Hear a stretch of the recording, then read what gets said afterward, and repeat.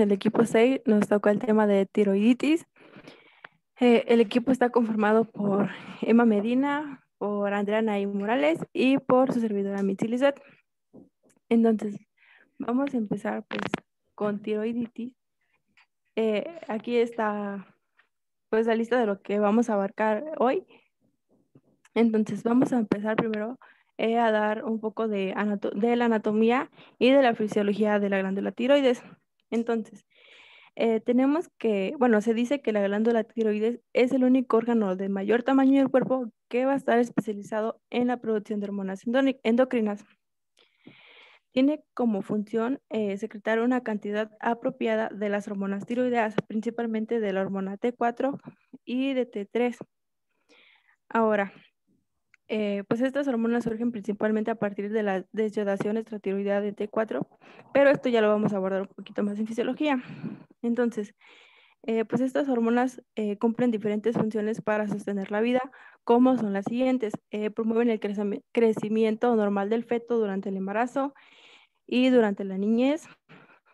También nos ayudan con el desarrollo del sistema nervioso central, regulan la frecuencia cardíaca y la contracción y relajación del miocardio. También tienen funciones en otros órganos como que afectan la motilidad gastrointestinal y la depuración renal aguda. Renal de agua, De perdón. agua. Sí, perdón. A ver, doctora, Regula, tranquila. sí, regula el gasto de energía, la generación de calor, el peso y el metabolismo de los lípidos. Muy bien. Ahora, pues ya dijimos que regula el metabolismo del cuerpo, produce, almacena y libera hormonas tiroideas, principalmente T3 y T4. En su situación informa, pues tiene forma de mariposita, tiene dos, va a estar dividido en dos y se va a encontrar localizada, va a estar situada profundamente, bueno, profunda a los músculos esternotiroideos y esternoioideos. También se encuentra debajo del cartílago tiroides y anterolateral a la tráquea. Esto quiere decir que está pues delante y a los lados de la tráquea, sobre los anillos traqueales. Se va a encontrar entre C5 y T1. Ahora, su tamaño es de 5.5 centímetros por 1.5 o si no, pues 55 milímetros por 15 milímetros en el adulto y pesa aproximadamente de 15 a 20 gramos en el adulto. Entonces, esta glándula se encuentra rodeada por una cápsula fibrosa. Entonces, esta cápsula fibrosa está fija mediante tejido conectivo denso al cartílago cricoides y a los anillos traqueales. Entonces, eh, asimismo, esta cápsula la va a subdividir en un lóbulo derecho y un lóbulo izquierdo que van a estar unidos por un istmo, que es pues este que está aquí, que pues es muy delgado. Ahora, en la irrigación, pues tenemos que es altamente vascularizada. Se dice que es un órgano hipervascularizado. Se va a encontrar irrigado por las arterias tiroideas. La arteria tiroidea superior, que proviene de la carótida externa, se va a dividir en una rama anterior y una posterior y van a irrigar las caras anterosuperiores pues, de este órgano de la tiroides. Ahora, las arterias tiroideas inferiores irrigan, bueno, primero provienen del tronco tirocervical, que a su vez se deriva de la arteria subclavia, y nos irrigan la cara anteroinferior y los polos inferiores de esta glándula. Ahora, las arterias tiroideas medias, pues estas se dice que se presentan solo en el 10% de la población, provienen del tronco brachiocefálico y nos van a irrigar la parte del istmo y las porciones laterales de estos lóbulos. Ahora, en el drenaje venoso, pues tenemos que va a estar drenado por dos sistemas, que el primero va a estar formado por la vena tiroidea superior y la vena tiroidea media, donde la tiroidea superior va a drenar a los polos superiores, mientras que la tiroidea media va a drenar la porción media de los lóbulos y van a converger en la vena yugular interna. Mientras que el otro sistema, brachiocefálico, pues en él va a desembocar la vena tiroidea inferior que va a drenar pues los polos inferiores. En su inervación de forma simpática va a estar inervada por el simpático cervical que deriva de los ganglios simpáticos cervicales. En este caso nos habla de los simpáticos cervicales superior, el medio y el inferior. Y en el parasimpático pues va a estar inervada por los nervios laríngeo superior y laríngeo recurrente, que es desde el nervio vago. Ahora, pues vamos a empezar con fisiología de la tiroides, con el eje hipotálamo hipófisis. Espero no confundirlos porque yo me confundí un poquito con todo esto, pero espero que me puedan entender. Entonces, como sabemos, pues muchas de las hormonas están reguladas por la interacción recíproca entre el hipotálamo, la hipófisis y el órgano endocrino, que en este caso sería la tiroides. Entonces, estas interacciones pues nos permiten que mantengamos o tengamos un control de las concentraciones de estas hormonas. Entonces, en esta imagen que está aquí se representa, bueno, como tal el esquema de pues este eje. Entonces, les voy a decir en general y después les voy a explicar la imagen. Entonces, nos dice que los grupos aislados de neuronas hipotalámicas producen diferentes hormonas liberadoras que se transportan a través de axones hacia las eminencias medias. Entonces, con estas estimulaciones, las neuronas van a secretar hormonas liberadoras de hormonas hipotalámicas hacia el plexo hipotálamo adenohipófisis. Entonces, las hormonas liberadoras hipotalámicas lo que van a hacer es que se van a reunir a receptores de membranas en sus grupos de células hipofisarias y lo que van a hacer es que van a estimular la secreción de hormonas hipofisarias. Entonces, estas hormonas, no sé si escuché ese ruido, lo siento, es que aquí está haciendo mucho aire. Bueno, entonces, estas hormonas, pues ya les había dicho, ¿no? Que se reúnen en receptores de membrana en sus grupos de células hipofisarias y estimulan la secreción de las hormonas hipofisarias. Entonces, a estas hormonas se les puede considerar como que dan señales, vaya. Entonces, estas señales van a circular hasta la glándula tiroides, donde se van a activar los receptores específicos para estimular la síntesis y la secreción de las hormonas tiroideas. Esto ya va a ser pues en la tiroides. Entonces, ahora ya en imagen, nos dice que pues aquí más bien las neuronas hipotalámicas en los núcleos supraóticos y paraventriculares lo que van a hacer es que van a sintetizar hormona antidiurética o también llamada arginavasopresina, que como ya sabemos nos ayuda en el control de la presión arterial, participa en el sistema renal, etcétera. Y también van a liberar oxitocina. Entonces, los axones van a viajar hacia la neurohipófisis, donde van a secretar a la hormona antidiurética y la oxitocina, esta va a viajar a la circulación pues para cumplir sus funciones de regular, sus funciones reguladoras, vaya. Entonces, después secretan hormonas liberadoras hipotalámicas, las cuales van a alcanzar a la adenopófisis a través del sistema porta hipotalámico hipófisis y estas van a estimular a las células hipofisarias y estas células lo que van a hacer es que van a secretar hormonas tróficas o hormonas trópicas que lo que van a hacer es que van a regular a los órganos endocrinos. Las hormonas de las que se nos habla que se liberan aquí es la hormona adrenocorticotrópica, la hormona de crecimiento y la hormona luteinizante. Y bueno, aquí les puse un cuadrito donde pues nos habla de las hormonas que se liberan en el hipotálamo, después las hormonas hipofisarias tróficas y por último las hormonas efectoras que ya serían pues las hormonas, se dice ya tiroideas como tal.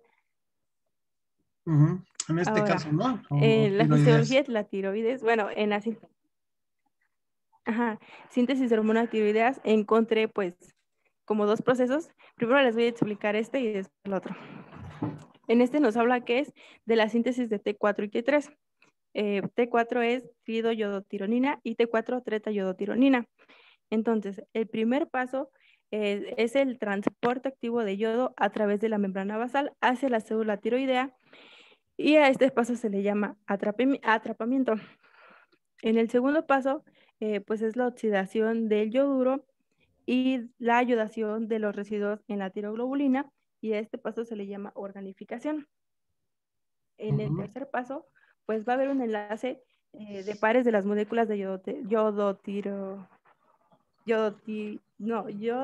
yodotirosinasa dentro de la tiroglobulina, pues que la tiroglobulina es una molécula glucoproteica. Entonces, aquí es para que se formen las yodotirolina 3 y la 4. A este paso se le va a llamar acoplamiento. En el cuarto paso va a haber una pinocitosis y después una proteólisis de la tiroglobulina con liberación de yodotirosinasas, y yodotironinas. Entonces, estas van a, yodotironinas. Entonces, estas van a estar libres a la circulación. Y en el quinto paso hay una desyodación de yodotirosinas dentro de la célula tiroidea. Y aquí lo que va a pasar es que van a conservar el yoduro liberado para que este se pueda volver a utilizar y se pueda volver a captar yodo. Entonces, ya por último, el sexto paso, hay una, se dice 5' desyodación intratiro de T4 a T3. Entonces, estas T4 y T3 van a llegar al torrente sanguíneo, pero esto lo van a hacer gracias a la unión a proteínas plasmáticas. Nos habla de que hay 3 principales proteínas de transporte de hormonas tiroides principales, que son la globulina de unión a tirosina 4, y la transterina o prealbúmina, igual de unión a tirosina 4 y albúmina. Aquí, la principal para el transporte, pues es la albúmina. Ahora, el otro proceso que encontré es donde, pues, primero hay una célula folicular y hay un espacio al que se le va a llamar coloide, y por dentro va a estar el espacio coloide y por fuera va a estar el... Este esquemita está más claro que el otro, ¿eh? Sí. Mucho más esquemático, y aparte te habla de la peroxidasa, acuérdate. Sí, es importante la peroxidasa. Que el otro me confundí. Sí, bueno, ahorita lo voy a explicar. Entonces, por fuera va a estar el vaso sanguíneo. Entonces, pues vamos a empezar, donde aquí el primer paso para la síntesis de la hormona va a ser la captación de yoduro. Esto se va a llevar a cabo de un importador de yoduro. Entonces, lo que va a hacer este importador es que va a cotransportar a un ion yoduro a lo largo de 2 iones de sodio. Entonces, el yoduro con el sodio van a entrar a la célula y, van a entrar a la célula folicular. Y aquí lo que va a pasar es que, van a estar estimulados por TSH, o la hormona estimulante de la tiroides, que es producida en la adenipófisis. Entonces, pues va a entrar, ¿no? Ahora, el segundo paso es el transporte del yodo hacia el coloide. Tiene que pasar hasta acá. Entonces, para que el yodo pueda pasar, pues necesita de una molécula con transporte de cloro yoduro, que se va a llamar pentrina. Lo que va a hacer esta pentrina es que va a intercambiar una molécula de yodo por una molécula de cloro. Entonces, pues el yodo sale y el cloro entra. Entonces, ya que el yodo está en el coloide, pues aquí se va a quedar, ¿no? Entonces, es al revés, ¿no, doctora? ¿Mande? Es al revés, que mete el yodo. Sí, sale un cloro del coloide. Sí, perdón. Hacia la célula folicular. Folicular. Es que lo dijiste al revés. Entonces, pues, sí, lo dije al revés. Una disculpa. Entonces, pues ya que está el yodo aquí en el coloide, al mismo tiempo lo que va a pasar es que en las células foliculares se va a comenzar a producir la síntesis de la tiroglobulina. Entonces, la tiroglobulina pues es una molécula que se produce en el retículo plasmático y que posteriormente se va a ensamblar en el aparato de Golgi. Entonces, esta está formada por aproximadamente 70 moléculas de tirosina. Aquí está la tiroglobulina y pues tiene tirosina consigo. Entonces, esta tiroglobulina va a ser expulsada a través de citocitosis hacia el coloide. Entonces, el siguiente paso pues es la oxidación del yoduro por la peroxidasa para que se una a la tirosina. Pero como está en forma de yoduro, pues no se puede unir. Entonces lo que va a pasar es que se va a tener que oxidar para entrar. Esto lo va a hacer a través de una molécula llamada peroxidasa que, pues, bueno, va a funcionar junto con una molécula de peróxido de hidrógeno, que lo que va a hacer es captar los electrones que salgan al momento de la oxidación. Entonces, esta peroxidasa hace que se convierta, bueno, hace que este yoduro se convierta en yodo molecular y este ya se puede unir a la tirosina. Entonces, pues ya este es el quinto paso, ¿no? La ayudación de la tirosina para formar T1 y T2. T1 va a ser monoyodotirosina y T2 va a ser diyodotirosina. Ahora, en el siguiente paso lo que va a pasar es que T1 y T2 se van a acoplar y van a formar T3 y T4, que pues ya dijimos que es tridoyodotironina y tetrayodotironina, que pues estas son las hormonas tiroideas. Entonces, en el siguiente paso, pues estas se van a almacenar estas hormonas que se acaban de formar, que es T1, T2, T3 y T4, pero se van a almacenar unidas a la tiroglobulina.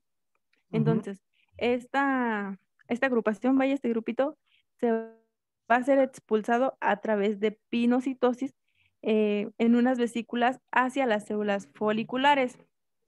Entonces, pues ya del coloide van a pasar a las células foliculares. Y aquí dentro de las células foliculares van a haber enzimas lisosómicas que lo que van a hacer es que van a separar a la tiroglobulina de las otras 4 moléculas de T1, T2. Bueno, Bueno. Y lo que pasa aquí es que ahí se te fue un poquito, doctora. Se va a descomponer. Se te fue la voz un poquito. Ay, perdón. Ajá. Bueno, regrésate hasta donde decíamos que van a... degradan la tiroglobulina liberando T3 y T4. ¿Aquí? Adelantito, después de la pinocitosis. Aquí. Ajá. Bueno, ajá. Entonces, como ya habíamos dicho, pues van a entrar aquí a las células foliculares y aquí dentro van a haber enzimas lisosómicas que van a separar a la tiroglobulina de las otras moléculas de T1, T2, T3 y T4. Entonces, pues una de esas enzimas es la proteasa que se va a descomponer y pues se van a separar. Entonces, lo que va a pasar aquí es que T1 y T2 se van a desyodar, vaya, y van a perder el yodo. El yodo que se pierde aquí se va a ir volver a utilizar. Inicio, vaya, para que se pueda volver a utilizar, para que se recicle. Esto es gracias a la enzima desyodasa. Ahora, T3 y T4, pues como son liposolubles, van a poder atravesar la membrana basal de la célula folicular y se van a dirigir al torrente sanguíneo. Y bueno, aquí como ya les había dicho, se van a dirigir al torrente sanguíneo por las proteínas que ya habíamos dicho, que es la globulina de unión a tirotina, la transtiretina o la prealbúmina y la albúmina. Y bueno, ya eso sería van todo. unidas a proteínas. ¿Mande? Van unidas a proteínas. Ajá, se van a agarrar y se van a ir ahí. Ajá. Ajá. Ahora, ya entrando de lleno pues a lo que es la tiroiditis, pues tenemos que es una inflamación de la glándula tiroides que va a incluir un grupo de trastornos individuales, los cuales nos van a causar inflamación de la tiroides y pues depende del tipo de tiroiditis, vamos a tener distintas presentaciones clínicas. Esta es una clasificación de la tiroiditis, pero hay más. Pero les voy a decir esta, ¿no? Que en la aguda, donde entran pues tiroiditis ocasionada por infección bacteriana, infección micótica y por tratamiento con amidarona. En la subaguda, viral, granulomatosa, viral, que también se le conoce como granulomatosa de Kerbein, asintomática también, que es la que es posparto, por infección micobacteriana, inducida por fármaco también, y en la crónica es por autoinmunidades, también tiroiditis de Riedel, tiroiditis parasitaria y traumática. Cabe destacar que aquí las tiroiditis micobacterianas y las virales y las parasitarias también pueden entrar en la clasificación aguda, pero dependiendo del tiempo de evolución ya pueden entrar en subaguda y crónica. Y también existe otra clasificación que es por el dolor. En el dolor, bueno, no la puse, pero se la voy a mencionar. En el dolor entra la tiroiditis subaguda, tiroiditis infecciosa, tiroiditis por radiación y tiroiditis causada por trauma. Y la indolora es tiroiditis silente, tiroiditis postparto, tiroiditis inducida por drogas, tiroiditis fibrosa y tiroiditis crónica de Hashimoto. Entonces vamos a empezar con la primera, que es la tiroiditis aguda o supurativa, donde pues es una infección de la glándula tiroides generada por agentes microbianos capaces de colonizar la mucosa oral y extenderse de esta continuidad a la glándula tiroides. Principalmente, bueno, el 95% de esta tiroides va a estar dada por bacterias. Las principales, bueno, principalmente es Staphylococcus, también Streptococcus y Enterobacter. También por micobacterias, bueno, más bien por hongos, está Aspergillus, Candida, Coccidioides, Histoplasma y Pneumocystis. Ahora. Aspergillus, doctora. Perdón, Aspergillus. Ahora, en la fisiología, pues ya habíamos dicho que, bueno, como les dije en anatomía, pues este órgano está encapsulado, entonces esto lo hace que sea resistente a infecciones. Sin embargo, debido a que es un órgano hipervascularizado y tiene concentraciones altas de yodo, también lo hacen que pues tenga como cierta afinidad a que pueda infectarse, vaya, porque lo que va a pasar aquí es que el agente infeccioso llega principalmente a través de la vía hematógena o también puede llegar por una fístula del seno piriforme en el caso de los niños. Este seno pues se encuentra en la cuarta, se encuentra vestigio de la cuarta bolsa branquial que va a estar conectado con la bucofaringe y con la tiroides. Pero esto de la fístula es principalmente en los niños, en niños y adultos jóvenes.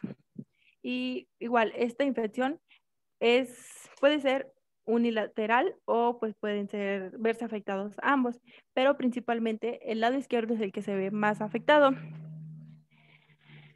Ahora, pues este proceso, si no se trata, pues puede seguir avanzando hasta afectar el espacio retrofaringeo y también puede provocarnos unas mastoiditis.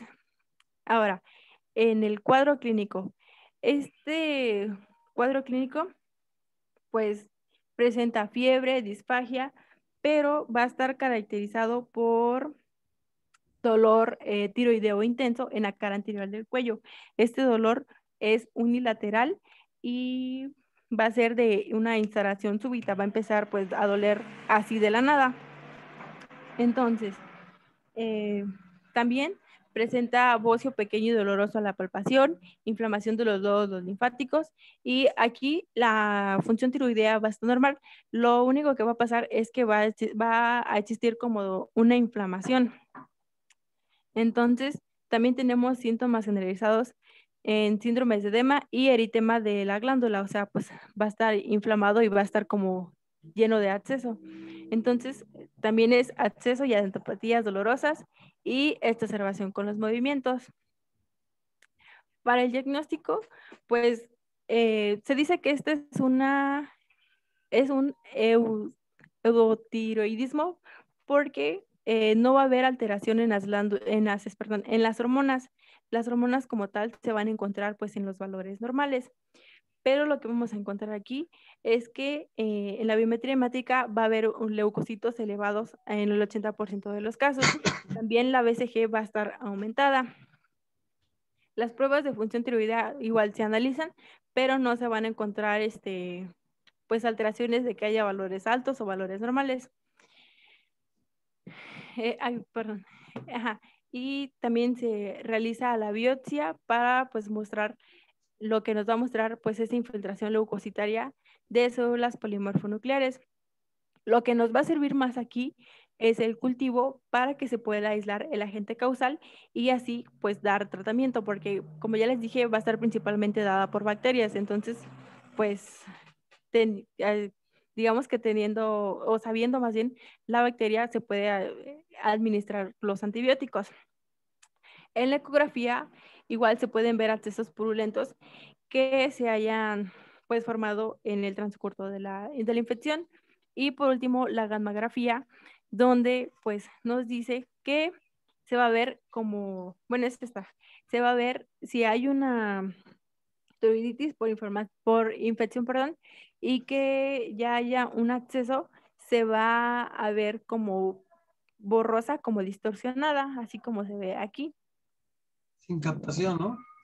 Ajá, se va a ver borrosita, O sea, pues. si hay algún absceso, algún tejido ya necrótico, pues obviamente no va a captar eh, el yodo y por lo tanto se va a ver una zona que no se pinta, una zona eh, inactiva, ¿no? Ujú. Por eso es de que se ve así. La pus no capta. Ok. Ah, y otra cosa, doctora. Ajá.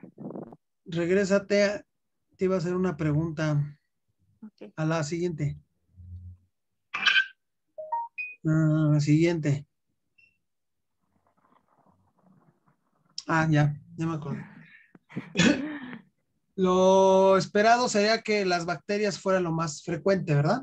Ujú, En este caso, la supurativa. ujú. Cuando tú encuentras una cándida, encuentras eh, coccidioides, histoplasma, aspergillus, bla, bla, bla, o sea, cualquier tipo de hongo, Ujú. esas infecciones no se dan en cualquier paciente, ¿o sí? No. O sea, es lo común que encuentres aspergillus o cándida. Ujú. No. Bueno, yo había leído que pues el 90% de los casos son bacterianos. Estamos hablando de la supurativa, ¿verdad? Ujú. Obviamente. Pero ¿en qué casos encontrarías pacientes con infecciones por cándida? En Inmunosuprimidos. inmunodeprimidos. En los inmunodeprimidos, ¿no? O sea, en Ujú. los pacientes con VIH-Sida, pacientes diabéticos crónicos mal controlados, pacientes con cáncer en tratamiento con quimioterapia, etcétera, ¿no? Esos son el grupo de pacientes con los cuales encontrarías hongos.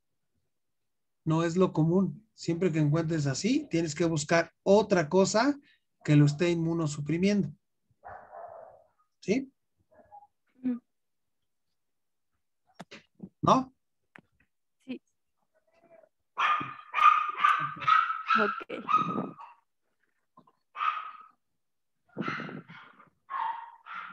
Y bueno, ya para el tratamiento, pues, pues nos decía que dependiendo pues la gravedad, se va a decidir si es hospitalizado o si se da de alta. Nos dice que el paciente se debe hidratar, principalmente a los niños, y se va a dar aplicación de antibióticos empíricamente, pero no, este, ayer me perdí. Ajá, bueno, se va a dar antibióticos. Pero sí, bueno, también, perdón, ya me acordé, decía que no siempre se pueden dar antibióticos porque esta infección puede ir cediendo por sí sola, entonces no era necesario siempre que se diera tratamiento de antibióticos. Y en el caso de que ya haya acceso, pues va a hacerse por cirugía y se va a drenar el acceso guiado por ultrasonido. Aquí igual nos hablaba de que si era por cirugía en la intubación, pues que primero se tenía que hacer una valoración de qué tan grande era el acceso para, pues, como, ajá, por si había riesgo de que existiera una vía aérea difícil, decía, ajá, una vía aérea difícil. Entonces se tenía que valorar eso, o si no, buscar otro medio. Y si hay septicemia igual, se va a extirpar por tiroidectomía. Y en los niños, como ya les había dicho que una de las causas para tiroiditis aguda en los niños era por el seno piriforme, entonces decía que se podía extirpar. Y en las complicaciones nos puede dar obstrucción traqueal, septicemia, acceso retrofaringio y mediastinitis y trombosis venosa yugular.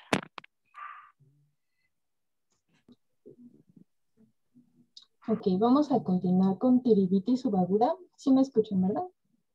Un poquito más alto, doctora, por favor. ¿Más alto, doctor? Ok. ¿Así está bien? Así está bien. Sí, perfecto.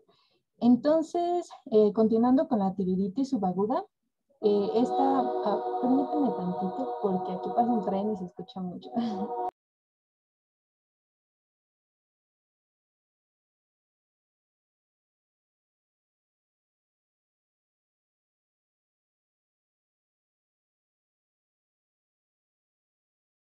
Listo, ahora sí ya. Perdón. ¿Ya? Ya, doctor.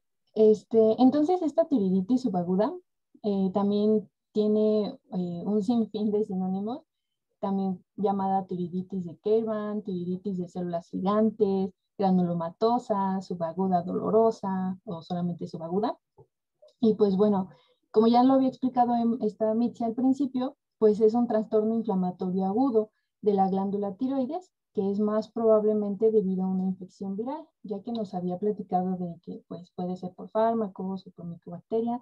Pues en este caso vamos a hablar de tiroiditis viral. Entonces, ¿cuál va a ser la causa? Pues la causa entre ellos van a ser los virus de la parotiditis, virus Coxsackie y adenovirus. También se han implicado otros, como por ejemplo el mononucleosis. Pero pues bueno, esto ha sido porque se han encontrado el virus o los virus en especímenes de biopsias pues obtenidos de la glándula.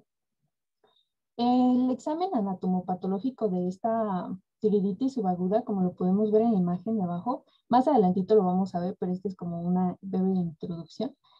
Lo que vamos a encontrar, gracias, va a ser un agrandamiento moderado de la tiroides, primero que nada, una reacción inflamatoria leve que va a estar afectando a la cápsula, y ya los datos histológicos, pues es una destrucción del parénquima tiroideo e infiltrados de polimorfonucleares, incluso las células gigantes, como podemos ver ahí en la imagen, unas que son más grandes. Gracias. Y pues bueno, la tiroiditis subaguda es más común durante los meses de verano y en mujeres. Por otro lado, también parece que pudiera existir una mayor susceptibilidad genética a padecer la enfermedad en aquellos pacientes que presentan antígenos leucocitarios humanos BW35 y el LADR3 y DR5. Igual más adelantito lo vamos a mencionar esto también. Entonces, en epidemiología tenemos que su incidencia máxima es entre los 30 y 50 años de edad. Mujeres son las que más se ven afectadas. La clara distribución estacional es en verano y otoño y representa menos de un 5% de la patología tiroidea. Como podemos ver, es muy menos frecuente. Siguiente, por favor. En la fisiopatología a grandes rasgos, vamos a tener una infección viral de las vías respiratorias altas, la cual nos va a estar provocando un ataque folicular directo o un proceso inflamatorio, provocándonos así una infiltración inflamatoria, la cual nos va a estar alterando este folículo tiroideo, formándonos, bueno, con la infiltración de polimorfonucleares, formación de células gigantes, multinucleadas, y finalmente con cambios foliculares, la formación de los granulomas. Y ya finalizando con la recuperación de la tiroides, pues por un proceso viral. Entonces, aquí hablamos de que existen 3 fases, o en la literatura nos habla de 3 o 4 fases. La fase de hipertiroidismo, la fase de hipotiroidismo y la fase de recuperación. Les decía que mencionaban 4, fase de hipertiroidismo, de eutiroidismo, hipotiroidismo y de recuperación. Pero más adelantito lo vamos a ver. En la fase inicial, pues va a haber un aumento de la T4 y de la T3 circulante con una disminución de la TSH y una disminución en la captación de yodo radioactivo. En la fase de hipotiroidismo, pues va a haber una disminución de la T4 y de T3 con un aumento moderado de TSH, pues para compensar esta disminución de las hormonas. Y finalmente ya con una recuperación, cuando la hormona tiroidea y la captación de yodo radioactivo se normalizan para pues que pues ya pues sí, vaya, se recupere esta glándula. También pueden encontrarse la elevación de la PCR, de la tiroglobulina y leucocitosis. Pero esto lo vamos a mencionar en los siguientes. Lamentablemente, doctora, lamentablemente no todos los pacientes, sí, algunos se quedan estancados, ¿no? Porque después de una tiroiditis, la mayor parte de algunos pacientes mayormente se quedan con cuadro de hipotiroidismo. Sí, exacto. Bueno, y al contrario, otros quedan con hipertiroidismo después de una tiroiditis. Entonces quedan estancados en uno de estos puntos y deja una secuela, ¿no? Ojalá y todos se curaran, pero no es así. Sí, síguele. ¿Sí le puedes pasar al siguiente, por favor? Ahora, el cuadro clínico, pues los síntomas de la tiroiditis subaguda obviamente van a aparecer después de esta infección viral, y esto por lo general se va a presentar fiebre, malestar general y dolor en la parte anterior del cuello, que pueden extenderse hasta el ángulo de la mandíbula o hacia los lóbulos de la oreja en uno o ambos lados del cuello, a diferencia de la tiroiditis aguda, que esta pues específicamente era unilateral, ¿no? Aquí hablamos ya de bilateral. Entonces, este es el dolor, este es el síntoma característico, el dolor cervical anterior que se irradia la mandíbula y los oídos, y que va a estar relacionado pues con la distensión de la cápsula glandular.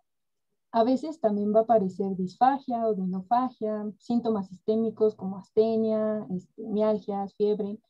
En el examen físico, la glándula pues va a mostrar una hipersensibilidad extrema, de modo que al momento de nosotros presionarlo, pues el paciente se va a quejar. No hay signos de enrojecimiento, a diferencia también de la aguda, o de formación de abscesos. Y pues la glándula obviamente revela un aumento de tamaño. También puede haber signos clínicos de tirotoxicosis o de hipertiroidismo, el cual entre ellos pues va a ser nerviosismo, taquicardia, temblor, hiperreflexia, y característicamente pues el bocio asimétrico que consiste de consistencia dura, dolorosa a la palpación. Este va a durar de 2 a 6 semanas. Ahorita vamos a ver estas etapas en la siguiente diapositiva. ¿Le puedes pasar al siguiente, por favor? Entonces, aquí tenemos dos gráficas, pero básicamente hablan de lo mismo, solamente que son de diferentes bibliografías. Aquí tenemos que va a haber una inflamación tiroidea, ¿no? La cual esta inflamación pues va a dañar a los folículos tiroideos, activando la proteólisis de la tiroglobulina que habíamos mencionado en la fisiología, que se encuentra almacenada en los folículos. Entonces, el resultado, ¿qué va a ser? Pues una liberación de grandes cantidades de tiroxina, como lo podemos ver en el primer esquema, la T4 pues se encuentra muy elevada, por eso esta fase Estoy hablamos señalando, si puedes, doctora. Sí, Ándale, con tu cursor, por favor. el moradito, por favor, el de hasta arriba, ándale ahí. Entonces, el resultado pues va a ser una liberación de grandes cantidades de tiroxina, de T4 y de T3, que pues ahí no lo marcan, pero lo hacen representativo.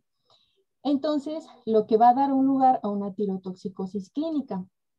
Este estado dura solo hasta que estas reservas de tiroglobulina se agotan, ya que pues, la síntesis de las hormonas tiroideas cesan no solo por el daño causado por las células foliculares, sino también por la inhibición de la concentración de TSH, por el aumento de T3 y de T4. Entonces, a medida que esta inflamación remite, los folículos tiroideos se regeneran y obviamente también su síntesis y la secreción de hormonas tiroideas para que se vuelva a reiniciar toda esta producción. Entonces, esta concentración de T4 empieza a disminuir hasta llegar a un hipotiroidismo. Y pues bueno, esta fase de hipotiroidismo persiste hasta que la glándula tiroidea pues pueda generar suficiente cantidad de hormonas tiroideas pues para conseguir esta homeostasis, ¿no? Y cada fase, bueno, la literatura dice que puede durar de 2 a 8 semanas, aunque pues en las literaturas, como lo podemos ver ahí, mencionan semanas, a la semana 7, a la 4, a la 11, pues ya es variado, ¿no? Y pues bueno, también en la imagen de la parte andaluza, gracias. A medida que progresa la enfermedad y que T3 y T4 ya se empiezan a normalizar, pues obviamente la TSH también, como lo podemos ver, empieza a aumentar. Y más tarde, para ya normalizarse la homeostasis, pues la captación de yodo radioactivo aumenta, lo cual va a estar reflejando la recuperación de la glándula. Estas son las fases que menciona la literatura. Siguiente, por favor. Entonces, el diagnóstico se va a estar basando en la sintomatología descrita y pues los estudios solamente nos van a ayudar a confirmar el diagnóstico.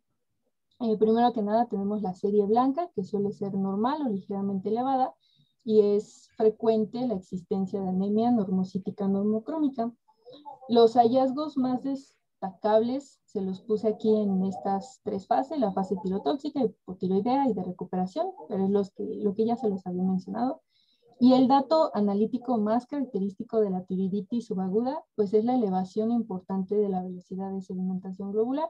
Aquí mencionan pues más de 100, aunque pues en otras mencionaban que a partir de 50 milímetros por hora.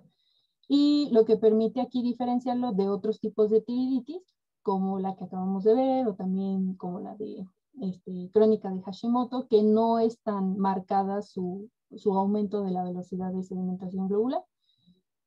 Otro es el aumento de las hormonas tiroideas en la fase tirotóxica debido a esta inflamación glandular. En la fase hipotiroidea, pues de T3 y de T4 disminuyen con un aumento de la TSH. Y en la última fase, pues el rayo se encuentra pues aumentado. Aquí les puse dos cuadros, los cuales nos mencionan esta velocidad de sedimentación globular, sus hormonas tiroideas, los cuales sí nos podrían ayudar para su diagnóstico. Y en la parte de abajo mencionan la ecografía. ¿Sí le puedes dar a la siguiente, por favor?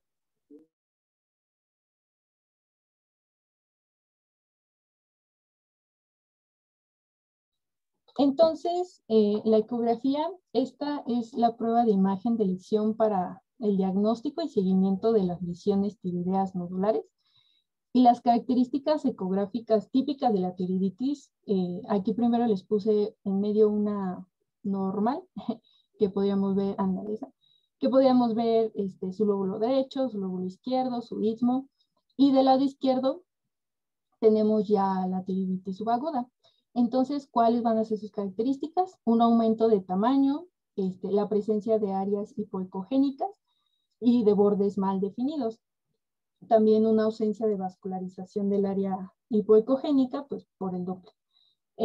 La que me está señalando, esa es el PAF o la punción aspiración con aguja, el cual es un procedimiento que consiste en puncionar el nódulo tiroideo para valorar pues si existe un riesgo de que sea maligno también. Aunque este estudio citológico pues no suele ser necesario, permite confirmar el diagnóstico, especialmente en los casos que hay una presentación atípica. Entonces, el patrón citológico, como lo podemos ver del lado derecho, se caracteriza por lo que ya les había mencionado al principio, ¿no? Destrucción de los folículos, extravasación del coloide, infiltrados de linfocitos, histocitos, y ya en conjunto, pues formándonos a las células gigantes. Siguiente, por favor. Y en el tratamiento, pues en muchos casos solamente se necesita un tratamiento sintomático, el cual pues es para tratar el dolor local. Cuando esta sintomatología es leve o moderada, pues la administración de AINES es suficiente. Entonces se utiliza el ácido acetil salicílico, 500 miligramos cada 6 u 8 horas, o de 2 a 4 gramos por día. Y otros como ketorolaco, ibuprofeno y diclofenaco. De igual forma aquí les dejamos sus indicaciones. Si los síntomas también persisten o son más graves, pues se puede pautar por corticoides orales, como por ejemplo la prednisona, de 30 a 60 miligramos al día, siendo en promedio 40 miligramos al día. Y esta se va a estar reduciendo la dosis de 5 a 10 miligramos a la semana hasta su suspensión a las 6 u 8 semanas. Y si los síntomas de hipertiroidismo son importantes, pues aquí mencionan utilizar los bloqueadores beta, como propanolol o atenolol o metoprolol, de 40 a 120 miligramos al día, de atenolol de 50 a 100 o metoprolol de 150 a 200. Y ya lo último, en el tratamiento de hipotiroidismo, no suele precisarse tratamiento, pero en caso de que sea muy sintomático, pues se pauta por levotiroxina de 0.05 o hasta 0.1 miligramos al día durante 6 a 8 semanas, retirándose ya de 6 a 9 meses. Siguiente, por favor. Y pues bueno, ahí terminamos tiroiditis subaguda e iniciamos tiroiditis crónica. Bueno, bien. Aquí vamos a definirla como una inflamación crónica con mayor o menor grado de fibrosis que puede causar hipofunción tiroidea o bocio. Como lo podemos ver del lado derecho en etiologías, en este caso vamos a hablar de dos. Por autoinmunidad hablaremos de la tiroiditis de Hashimoto y de la tiroiditis de Riede. No nos vamos a enfocar tanto porque pues estas son menos comunes, pero todas vamos las a hablar tiroiditis. Exacto. En epidemiología tenemos que es la causa más común de hipotiroidismo y de bocio. También es ciertamente la principal causa de bocio en niños y en adultos jóvenes, y es la causa de mixedema idiopático, que va a estar representando una etapa terminal de esta tiroiditis de Hashimoto, con una destrucción total de la glándula. Siguiente, por favor. Entonces, hablando ya de Hashimoto, esta va a ser común, o bueno, representa un 0.3 a 1.5 casos por cada 1000 personas por año. Es frecuente en mujeres entre los 30 y 50 años de edad y pues hasta llega a un 3% en hombres. Aquí vamos a tener un hipotiroidismo franco en solamente 1.5 a 3% de los casos. Se diagnostica más frecuentemente entre la tercera y la quinta década de la vida, va a estar aumentando con la edad y especialmente pues en áreas geográficas ricas en yodo. La suplementación de yodo también forma parte de este factor de riesgo. De igual forma, un aporte alimenticio o farmacológico que aumenten aunque van a estar aumentando su incidencia. Agentes también terapéuticos como interferón alfa, interleucina 2, factor estimulante de colonias, igual se ven influenciados. Aquí lo importante mencionar es el componente genético. El más del 50% de los pacientes de primer grado tiene los anticuerpos antitiroideos positivos, los cuales pues van a ser heredados por un patrón autosómico dominante. Es decir, es más importante mencionar antecedente heredofamiliar de tiroiditis de Hashimoto, que sea pues, el factor más importante para el desarrollo de esta enfermedad. Siguiente, por favor. Entonces, vamos a hablar un poquito de su fisiopatología. La pérdida aquí va a ser pues, de la tolerancia inmunológica, de esta capacidad que tiene nuestro sistema inmune de poder reconocer nuestras células y de no atacarlas. Entonces, hay una pérdida de esta tolerancia inmunológica hacia la tiroides y que puede producirse partiendo principalmente por una agresión inflamatoria inespecífica que va a estar liberando epítopes ocultos de antígenos tiroideos o bien siguiendo una respuesta defensiva de los linfocitos T y B contra, por ejemplo, un virus que muestre reactividad cruzada en dichos antígenos y que cuando fallan los mecanismos de selecciones centrales en el timo o periféricos que eliminan a los linfocitos autorreactivos y la actividad inhibitoria de las células T, pues se produce una lesión autoinmune en nuestro órgano diana, en este caso pues la tiroides. Entonces, ¿sí le puedes pasar al siguiente, por favor? ¿Qué va a pasar aquí? Los linfocitos TCD4 van a iniciar la cadena de eventos, principalmente, si le das a la siguiente, por favor, ahí los estuve marcando, ándale, otra, por favor, otro, ándale, gracias. Entonces van a iniciar esta cadena de eventos, liberando principalmente interferón, interleuquina 2, factor de necrosis tumoral alfa, beta. Le das a la siguiente, por favor. Ok, entonces van a liberarme todas estas, las cuales me van a inducir la expresión de antígenos del complejo de histocompatibilidad de clase 2 en los tirocitos. Gracias. Y la proliferación de células T autorreactivas. Entonces, la tiroides es infiltrado por células T, CD4, CD8, células B y células plasmáticas, así también como macrófagos, pues células dendríticas, todo, ¿no? Siguiente, por favor. Estas células plasmáticas nos van a estar produciendo anticuerpos contra los antígenos glandulares para la tiroglobulina, tiroperoxidasa, también para el receptor del TSH. Y mientras que los linfocitos T citotóxicos, que aquí están representados como CTL, le das a la siguiente, por favor. Gracias.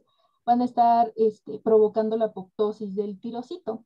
Entonces, la expresión de antígenos del complejo de histocompatibilidad de clase 2 en los tirocitos permite la unión de estos a las células T autorreactivas, obviamente sin mediación de células representadoras, como macrófagos, células dendríticas. Entonces, la célula folicular tiroidea va a estar respondiendo a esta agresión, liberando citoquinas de efecto proinflamatorio que activan a los linfocitos y que se vuelve a repetir toda esta cadena. Entonces,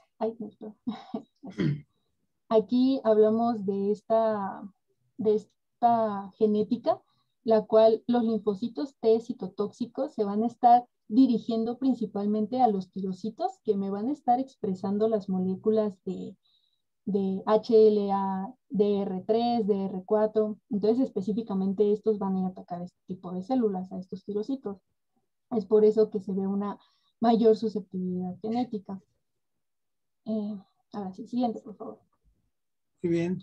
Entonces, en esta tiroiditis de Hashimoto, los 3 autoanticuerpos antitiroideos más importantes son los anticuerpos antitiroglobulina, la TPO o anticuerpos antiperoxidasas y anticuerpos bloqueadores de la TSH, bueno, del receptor de TSH.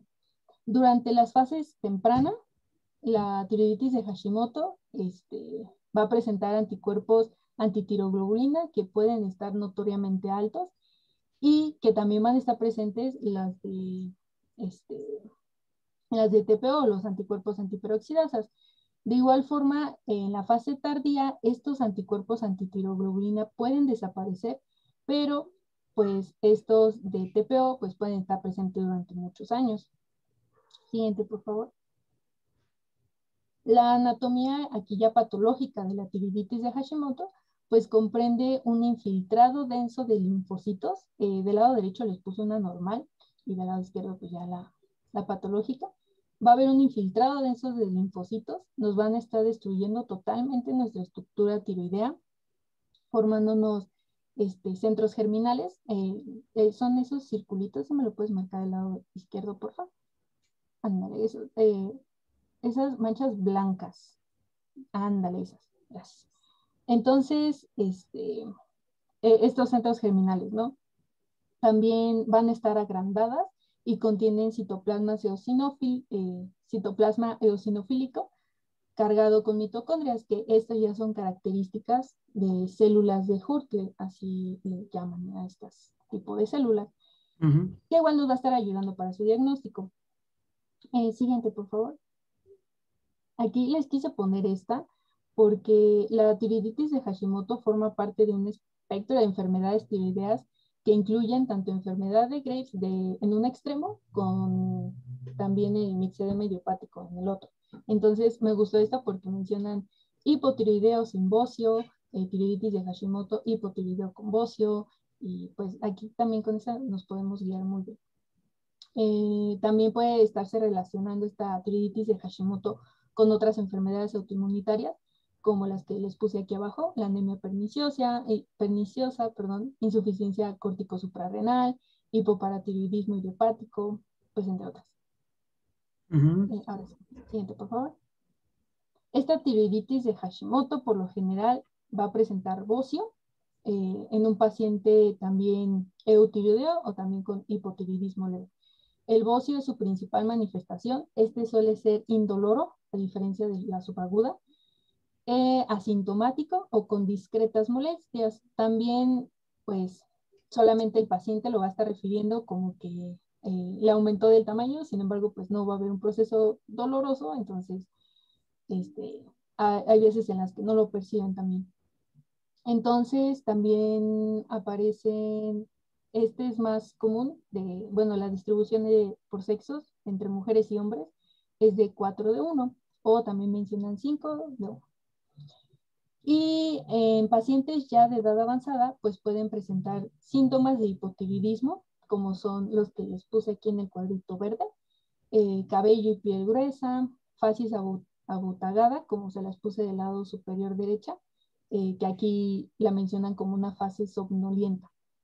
También macroglosia, ronquera, intolerancia al frío, bradicardia, constipación, aumento de peso, pues entre otras. Siguiente, por favor. Su diagnóstico, pues va a ser primero clínico, después estudios complementarios, técnica de hemoaglutinación o enzimoinmunoanálisis o radioinmunoanálisis, el cual vamos a estar buscando autoanticuerpos contra los antígenos tiroideos elevados en suero, y con estos anticuerpos antitiroglobulina o de la TPO, si resultan positivos, pues ya podríamos estar haciendo el diagnóstico. De igual forma, entonces el dato de laboratorio más notorio pues es el título alto de los autoanticuerpos contra antígenos tiroideos. También las pruebas séricas para anticuerpos antitiroglobulina son positivas en la mayoría de los pacientes, en su mayor porcentaje, entonces pues por eso nos puede estar ayudando para su diagnóstico. La prueba de función tiroidea, esto principalmente porque la destrucción de la glándula da como resultado pues una disminución de la T3 y de la T4, entonces va a haber un aumento de la TSH. Entonces nos puede estar ayudando también para complementar su diagnóstico. Y de igual forma hay otra prueba diagnóstica que puede ser la FNAP, que es la biopsia por aspiración con aguja fina, que nos va a estar revelando un infiltrado linfocítico y así la presencia de las células de Hodgkin. También nos puede ayudar esto. Ahora sí, siguiente, por favor. Muy bien. Y para el tratamiento, esto principalmente las indicaciones van a ser para el bocio o para el hipotiroidismo manifiesto. Entonces, un paciente con solo resultados positivos en la prueba de anticuerpos antitiroideos no requiere terapia. Sin embargo, la intervención quirúrgica es muy rara, ya que está indicada solamente en este tipo de tiroiditis, pero solamente cuando hay bocio que no muestra regresión. De igual forma,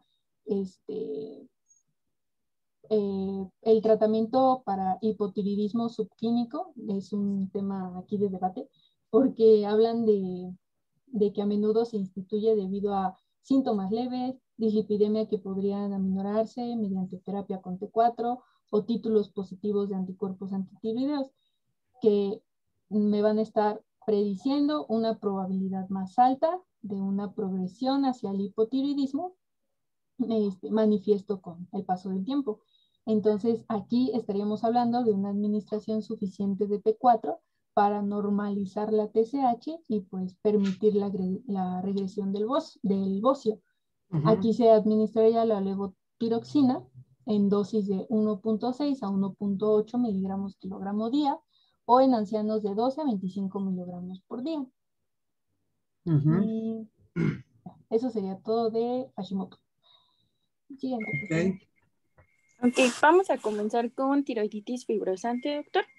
Esta también es llamada como tiroiditis fibrosa invasiva y pues esta va a ser una enfermedad inflamatoria crónica, obviamente de la glándula tiroides, y pues aquí va a ser reemplazado el tejido del parénquima por tejido fibroso y pues menciona que también va a ser el tejido glandular y algunas estructuras adyacentes.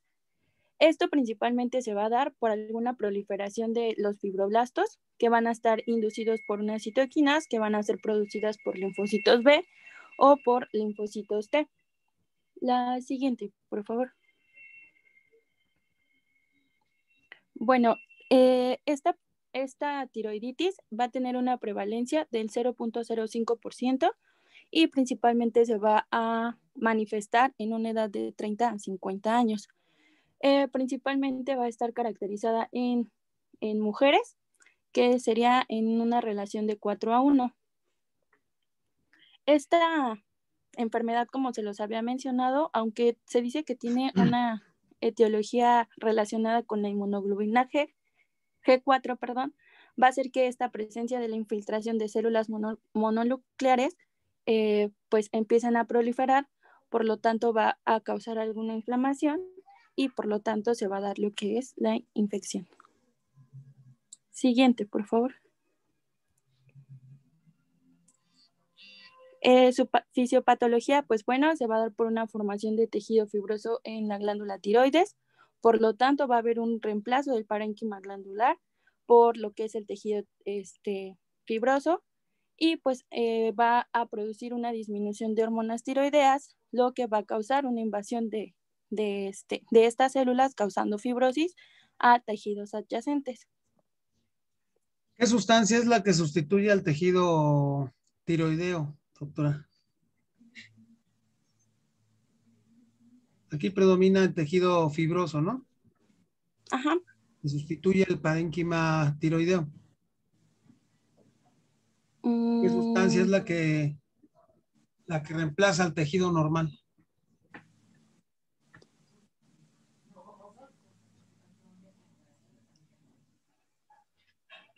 Sería por histamina, ¿no, doctor? No. No lo encontré, la verdad. Es el colágeno tipo 4. Ok. Ese se va a instalar en el tejido tiroideo, sustituyendo el tejido tiroideo. Entonces, se acumula una cantidad exagerada de colágeno tipo 4 que sustituye este tejido, ¿no? Un tejido normal. Por eso ven ahí el ejemplo que pusiste, es un ejemplo muy, ahora sí que ya extremo, ¿no? Uh-huh. Pero todo es colágeno tipo 4. Ok, Siguiente. doctor. Eso luego se los preguntan en los exámenes, ¿eh? Gracias, doctor. Seguimos. La siguiente, por favor. Bueno, pues su principal cuadro clínico sería porque va a tener un bocio multinodular, su crecimiento va a ser muy rápido, va a ser uniforme, pero no va a ser doloroso, y mencionaba que tenía una consistencia leñosa, va a ser fijo y compresivo. Los síntomas que se van a notar en una compresión va a ser la disnea, estrinor, disfonía y disfagia. Esto es en el caso de un hipotiroidismo. La siguiente, por favor. Y pues su diagnóstico principalmente se va a dar a la exploración física. Esto pues vamos a evaluar un tamaño normal, en este caso sería agrandado, va a ser simétrico y extremadamente pues va a ser duro. Generalmente pues va a ser unilateral. También podríamos, mediante una ecografía, en donde pues aquí se va a mostrar lo que es una masa hipodensa o hipoecoica, que pues va a ser reemplazado por el tejido.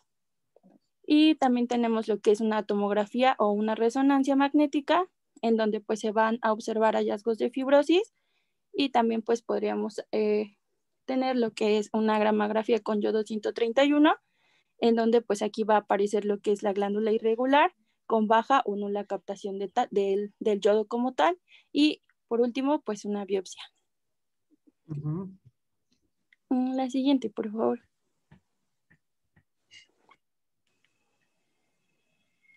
Bueno, de acuerdo a sus características que obtengamos, pues vamos a mandar lo que es el tratamiento. En el caso del hipotiroidismo, pues sería levotiroxina. También podría ser glucocorticoides, como es el caso de la prednisona, en una dosis de 15 a 60 miligramos por día. Se sugiere también el calcio y la vitamina D en un caso de hipoparatiroidismo. Y pues,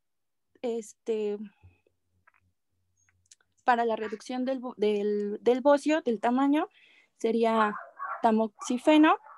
Y pues también en el caso de alguna intervención quirúrgica, pues sería para excluir alguna malignidad y para aliviar la compresión traqueal esofágica. Siguiente, por favor. Y tenemos lo que es la tiroiditis postparto. Esta tiroiditis postparto, pues bueno, se refiere como una tirotoxicosis seguida de un hipoparatiroidismo. Esto es pues con la presencia solo del hipotiroidismo. Ajá. Bueno, aquí va a ser principalmente en una mujer, que puede ser ya sea en 1 o en un año después del parto. Y pues bueno, de acuerdo a su etiología, pues se menciona que va a ser por la presencia de infiltración linfocítica, ya sea con las características similares a la de tiroiditis de Hashimoto, pero pues no va a ser el mismo grado con alguna fibrosis o alguna atrofia folicular. Se mencionaba que también existía alguna relación con los linfocitos CD4 y CD8. La siguiente, por favor. Esta pues principalmente se va a presentar entre los 4 o 8 meses después del parto y pues principalmente va a estar entre los 4 o 6 meses. Sus principales síntomas pues va a tener fatiga, o alguna disfunción cognitiva, y por lo tanto pues aquí para el diagnóstico se van a observar niveles aumentados de T3 y T4, y pues puede ser que se encuentren o elevados o con el límite superior y con una TSH suprimida. Aquí en este caso pues se mandaría para el diagnóstico una gammagrafía tiroidea. Dentro de sus manifestaciones clínicas también se menciona que es de acuerdo a los síntomas que sean en hipertiroidismo, en donde aquí pues los síntomas pues van a ser, como se los mencionaba, lo que era fatiga, temblor, intolerancia al calor, ansiedad o irritabilidad. Sin embargo, en un hipotiroidismo, aquí pues los síntomas van a ser intolerancia al frío, la piel seca, alguna apatía y la pérdida de concentración, así como mialgias. La siguiente, por favor. Y pues el tratamiento, pues se menciona que puede ser propanolol de 40 miligramos. Pues va a ser un medicamento de elección durante la lactancia, y también podría ser levotiroxina sódica de 100 miligramos. Esto puede ser de 50 a 100 miligramos sobre... Siempre empiecen con 50 miligramos, digo con 25 miligramos. Ustedes inician con 50 miligramos, el paciente se pone mal. Entonces empiecen generalmente con levotiroxina de 25 miligramos, perdón, 25, no son microgramos, doctora. Microgramos. 25 microgramos de levotiroxina, y lo pueden ir incrementando por semana, dependiendo la tolerancia, de 25 en 25 hasta llegar a 100 microgramos. Generalmente la mayor parte de los pacientes, hasta un 80-85%, se controlan bien de un hipotiroidismo con 100 microgramos al día. Ok. Sí, pero lo van a ir regulando dependiendo, y van a ir subiendo la dosis de 25 en 25. Ajá. Y recuerden que la levotiroxina se toma en ayunas. ¿Sí? Por favor. Si se lo toman con alimentos, la absorción del medicamento es muy pobre. Por lo tanto, tienen que dar siempre la levotiroxina en ayunas. ¿Sale? Ok. Sí, doctor. Bueno. Y la siguiente, por favor. Y pues bueno, también tenemos lo que es la tiroiditis silente, o también llamada linfocitaria. Esta pues no va a ser dolorosa. Se va a presentar en el caso de 5 al 10%. También va a tener una frecuencia mayor en mujeres, pero igual en el periodo de posparto, en donde sus síntomas pues van a causar fatiga, intolerancia al calor, polifagia y pérdida de peso. Perdón. Esta su duración pues va a ser de acuerdo a la enfermedad, puede ser desde un año hasta menos, y pues su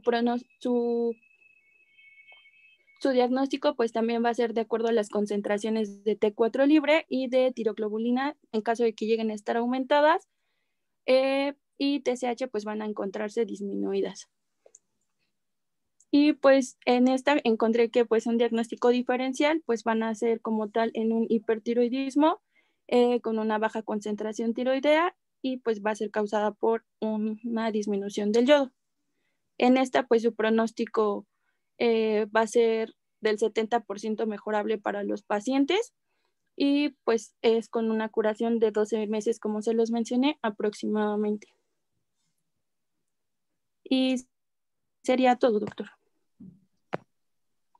Muy bien. Ya por último les pusimos un cuadrito, bueno, dos, donde... Ese cuadrito y el otro están muy...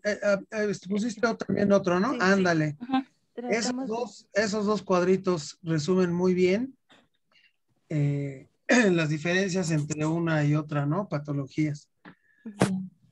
Para que este cuadrito sea así como que donde puedan estudiar lo general y ya después se van a lo particular, ¿no? son dos cosas. Eso les va a ayudar. Los dos cuadritos están muy buenos para que los repasen y ya después en lo general y ya se van a lo particular. ¿Sale? Sí, Muy bien. eso sí, todo. Muy bien, No chamacos. sé si tengan alguna duda. Sí. No, gracias. No, ok. Estaban bien dormidotes, ¿verdad? Y bueno, aquí están las fuentes por si quieren consultarlas. Bueno, muy bien. Muy bien, niñas, muy claro y todo. Perfecto. ¿Tenemos otra clase No, la semana que entra? creo que sí. No sé, doctor. ¿No saben? Ahorita lo reviso, doctor. Bueno, checan, no sean malitos y me mandan, si tenemos alguna otra clase, me mandan sus temas y ya nos ponemos de acuerdo, ¿sale? Sí, doctor. Sí, Toca el doctor. martes, doctor. El martes, ¿qué toca? Hipotiroidismo.